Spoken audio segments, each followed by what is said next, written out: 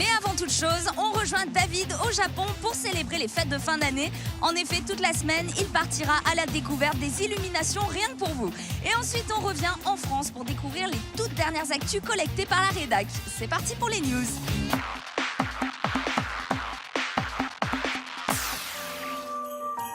Konbawa, salut à tous, aujourd'hui nous sommes à Tokyo et je vous emmène voir les illuminations de Noël des quartiers de Meguro et Ebisu.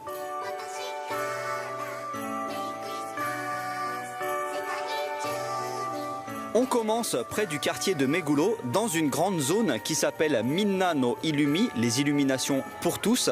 Ça s'étale sur presque 2 km et en tout il y a plus de 400 000 petites lumières LED roses qui sont dispatchées sur les arbres tout au long de la rivière, c'est vraiment très beau. Et il y a deux choses intéressantes dans cette histoire. D'abord le fait que la plupart des arbres, eh bien, lorsque vient le printemps, ce sont vraiment des sakura, donc ils prennent une couleur rose lorsque vient la saison des cerisiers en fleurs. Et l'autre aspect est plutôt écologique. En fait, l'électricité qui sert à alimenter ces lumières LED, eh bien, elle a été faite à partir de biodiesel, synthétisé à partir des déchets des maisons et des restaurants environnants.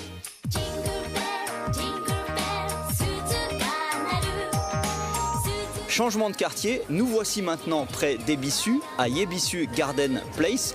Ici, l'ambiance est à la fois complètement européenne, mais aussi un peu luxueuse. Vous voyez, il y a carrément un tapis rouge avec une très belle allée d'arbres mis en lumière. Et puis, c'est ici également que l'on trouve ce que je considère être comme l'un des plus beaux sapins de Noël de Tokyo.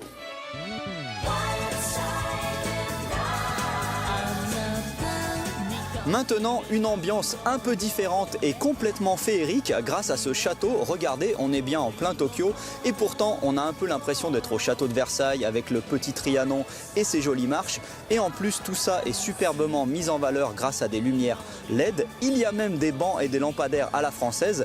Pourquoi? Eh bien tout simplement parce que ça n'est pas un château, il s'agit du château-restaurant du célèbre chef français Joël Robuchon.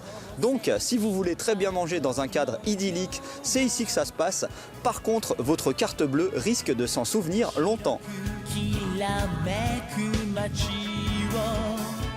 La décoration la plus impressionnante ici, c'est incontestablement cet incroyable chandelier géant derrière moi. Il a été fait pour célébrer les 250 ans d'une célèbre marque de cristal. Il mesure 8,4 mètres de haut. Il est composé de plus de 26 470 pièces et 410 lumières. C'est somptueux.